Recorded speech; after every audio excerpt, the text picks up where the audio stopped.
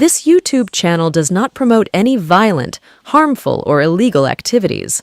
All content provided by this channel is meant for an educational purpose only. যতই ফুলিয়ে ফাঁপিয়ে বঙ্গ বিজেপিকে দেখানোর চেষ্টা করুক বাংলার টেলিভিশন চ্যানেলগুলি, আজ কিন্তু আমরা প্রতিটি পরতে পরতে চোখে আঙুল দিয়ে দেখিয়ে দেব বঙ্গ বিজেপির কঙ্কালসার চেহারাটাকে। আজকের এই পর্বটি একদম শেষ না হওয়া পর্যন্ত কিন্তু ছাড়বেন না। আমরা সকলকে অনুরোধ করছি আজকের ভোটের হাওয়া অনুষ্ঠানটা সম্পূর্ণ দেখার জন্য।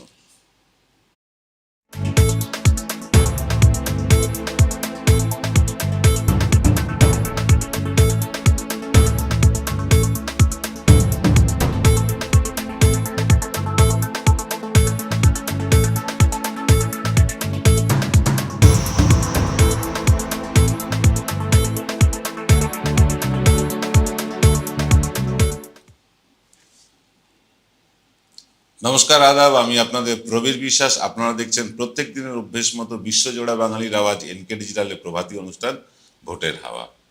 দেখুন, গত লোকসভায় 40% ভোট পেলেও বিজেপির বর্তমানে ভোটের হার কিন্তু 23%। অর্থাৎ এই রাজ্যে বিজেপি যে ক্রম হ্রাসমান একটি ক্ষয়িষ্ণু শক্তি, তা কিন্তু আর আলাদা করে বলবার অপেক্ষা রাখে না। গত লোকসভা নির্বাচনের পর থেকে শেষ পঞ্চায়েত নির্বাচন পর্যন্ত বিজেপির শুধুই স্বপ্নভঙ্গ হয়েছে এই বাংলায়। বলবেন, বাংলায় আবার পঞ্চায়েত নির্বাচন হয় নাকি? খুনোখুনির উৎসব হয়তো বাংলায়। এবার আমি কিন্তু প্রথম থেকেই সবটা দিনের আলোর মতো পরিষ্কার করব আপনাদের সামনে। এতে 3-4টি ইউটিউব চ্যানেলের খারাপ লাগবে ঠিকই, তবু যুক্তি বা লজিকের বাইরে একটাও কথা বলবো না আজ।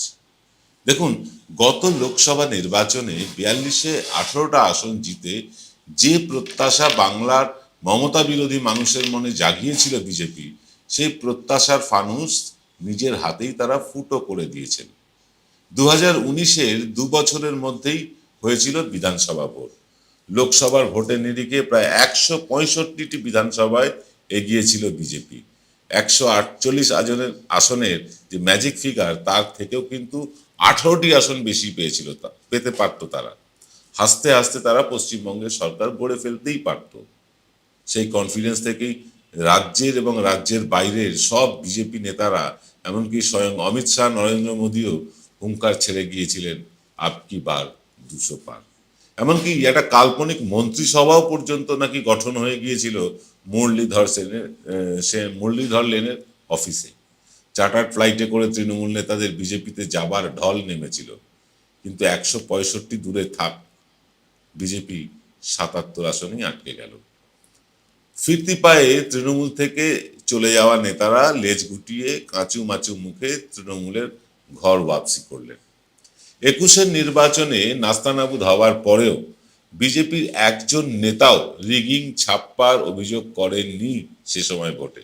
কারণ তারা তাদের চাহিদা মতো কেন্দ্রীয় বাহিনী পেয়েছিলেন এবং সেই কেন্দ্রীয় বাহিনীর গুলিতে 4 জন বাঙালি মুসলমান যুবকের প্রাণও যায় শীতলকুচিতে। প্রতি দফা নির্বাচনের পর বিজেপি নেতারা নিয়ম করে সুষ্ঠু এবং শান্তিপূর্ণ নির্বাচনের জন্য নির্বাচন কমিশনকে ধন্যবাদও জানিয়েছিলেন সেদিন। এরপরেই রাজ্যের বিভিন্ন পৌরসভার ভোট হলো, তাতেও মোটে সুবিধা করতে পারল না বিজেপি। এলো পঞ্চায়েত ভোট, নজিরবিহীনভাবে কেন্দ্রীয় বাহিনী ফের এলো এবং এ যাবৎকালের মধ্যে অনেক বেশি শান্তিপূর্ণ ভোট হলো কিন্তু গত পঞ্চায়েত নির্বাচনে। বিক্ষিপ্ত গন্ডগোল হলেও মোটের ওপরে কিন্তু পঞ্চায়েত ভোট ছিল শান্তিপূর্ণ। তবুও বেশ কিছু প্রাণহানি, রক্তপাতও হয়েছে। তবে গত পঞ্চায়েত নির্বাচনে সবচেয়ে বেশি রক্ত ঝরেছে শাসক দল তৃণমূলেরই। সেই নির্বাচনেও বিজেপির ধস ছিল অব্যাহত। উপনির্বাচনগুলোর কথা আর বলছি না, কারণ উপনির্বাচনে শাসক দলের জেতা দস্তুর হয়ে গিয়েছে এই বাংলায়। তবে চমকপ্রদভাবে সাগরদিঘির উপনির্বাচনে জিতে যায় কংগ্রেস। সেখানেও বিজেপি ছিল 3য় স্থানে, যদিও কংগ্রেসের প্রার্থী বাইরন বিশ্বাস পরবর্তীকালে তৃণমূলে যোগ দেন। 19-এর লোকসভা নির্বাচনের পর ক্রমাগত রক্তক্ষরণ হয়ে চলেছে বিজেপির। আর উল্টো দিকে অল্প অল্প করে হলেও তাদের ভোট শতাংশ বাড়িয়ে নিয়ে গিয়েছে তৃণমূল কংগ্রেস। আর এবারের লোকসভা নির্বাচনে বিজেপির যদি ভরাডুবিও হয় তাহলে আশ্চর্য হবেন না বাংলার ভোটারেরা।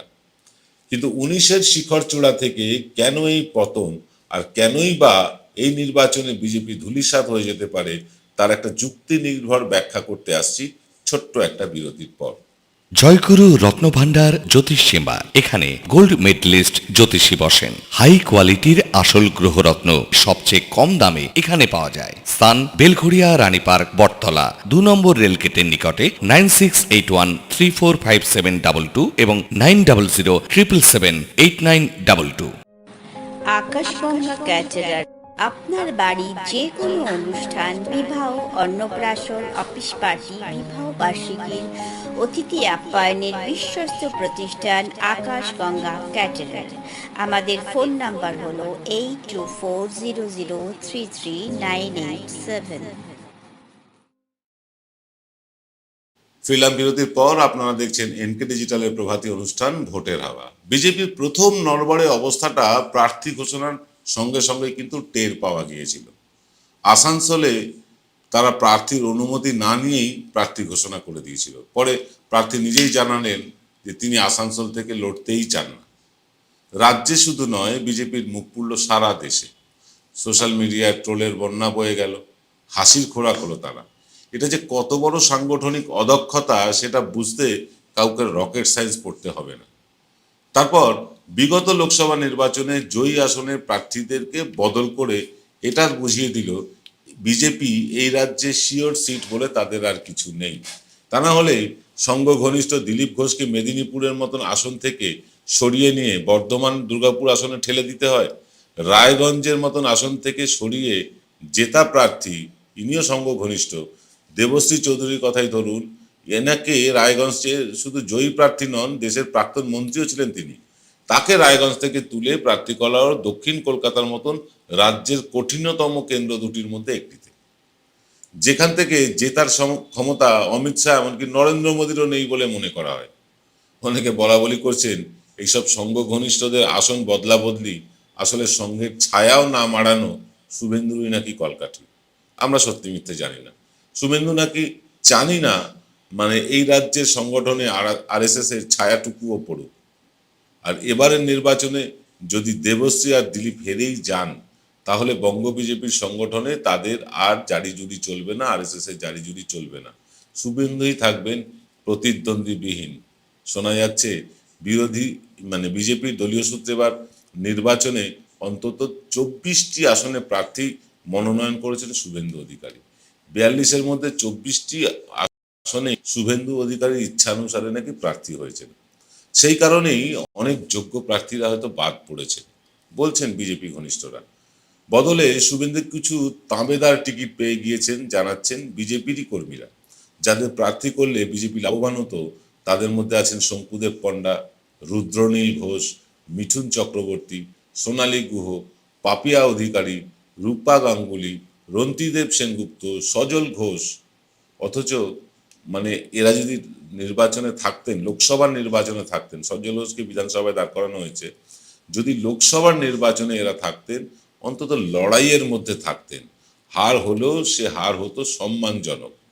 আর যাদের প্রার্থী না করলেই বিজেপির বেশি লাভ হতো তাদের মধ্যে আছেন রেখা পাত্র, অমৃতা রায়, তাপস রায়, কবির শঙ্কর বোস, অভিজিৎ গাঙ্গুলি, সৌমেন্দ্র অধিকারী, অনির্বাণ গাঙ্গুলি, রথীন চক্রবর্তী, সুভাষ সরকার, জগন্নাথ সরকার, প্রিয়া সাহাদের মতন প্রার্থীরা। এইসব প্রার্থীদের নিয়ে ক্ষোভ কিন্তু আছে বিজেপি কর্মীদের মধ্যেই। আজকের অনুষ্ঠান দীর্ঘায়িত করব না, আমরা সবটাই আপনাদেরকে বিজেপি প্লাস কোনটা হচ্ছে মাইনাস কোনটা হচ্ছে প্রার্থী নির্বাচনে। বেশিরভাগ ক্ষেত্রে প্রার্থী নির্বাচনে বিজেপির হারের মূল কারণ হয়ে দাঁড়াতে চলেছে। আর ডায়মন্ড হারবার কেন্দ্রের প্রার্থী চয়ন করা নিয়ে যে হাস্যকর জায়গায় পৌঁছে গেছে বিজেপি, তা নিয়ে কিন্তু আড়ালে আবডালে বিজেপির নেতারাই হাসাহাসি করছেন যে এমন একজন এত হাইপ তোলা হলো ডায়মন্ড হারবারে অভিষেক ব্যানার্জিকে হারানোর জন্য হেভিওয়েট প্রার্থী দেবেন, শুভেন্দু অধিকারী নিজে দাঁড়াবেন, অনেক গল্প হলো। রুদ্রনীল ঘোষের নাম এসেছিল, অনেকের নাম এসেছিল। পরবর্তী এমন একজনকে প্রার্থী দিলেন যাদেরকে বিজেপির কর্মীরাই ঠিক মতো চেনেন না। এইরকম একটা নড়বড়ে অবস্থা নিয়ে বিজেপি নির্বাচনে লড়তে নেমে প্রথম 3 দফাতেই কিন্তু তারা নিজেদের খেলা নিজেরাই শেষ করে দিয়েছে। উত্তরবঙ্গ তাদের শক্ত ঘাঁটি বলে পরিচিত ছিল, সেখানেও জেতা আসনগুলি তারা হারাতে চলেছে। মেদিনীপুর, রায়গঞ্জ আসন দুটিতে পরীক্ষা নিরীক্ষার ফল কতটা ভালো হবে কে জানে। মতুয়া অধ্যুষিত বনগাঁ, রানাঘাটে নিঃশর্তে নাগরিকত্ব দেব বলেও অনেক শর্ত আরোপ করায় মতুয়ারা কিন্তু ফুঁসছেন, নিজেদের ঠকে যাওয়া ভোটার বলে মনে করছেন তারা। পশ্চিমাঞ্চলের কুর্মী আদিবাসী ভোটে ইতিমধ্যে ভাগ বসিয়ে দিয়েছে তৃণমূল, আর দক্ষিণবঙ্গ নিয়ে তো সম্ভবত বিজেপি কোনো প্রত্যাশা করে না। অন্যদিকে কাঁথি তমলুকের শিওর সিট, এই দুটো শিওর সিটই কিন্তু এই মুহূর্তে অনিশ্চিত হয়ে গেছে শুধুমাত্র প্রার্থী নির্বাচনের কারণে। এক জায়গায় প্রার্থী করেছেন শুভেন্দু তার নিজের ভাইকে, আর এক জায়গায় অভিজিৎ গাঙ্গুলিকে। এইরকম আধা খাঁচড়া সংগঠন নিয়ে বিজেপি বাংলায় সর্বোচ্চ কত আসন পেতে পারে বলে আপনার মনে হয়? কমেন্ট করে লিখে জানান। আজ এই পর্যন্ত, সকলে ভালো থাকবেন, নমস্কার। সেরাই যখন হাতের কাছে, অন্যটা কেনই বা কিনি? আজ বাঙালির ঘরে ঘরে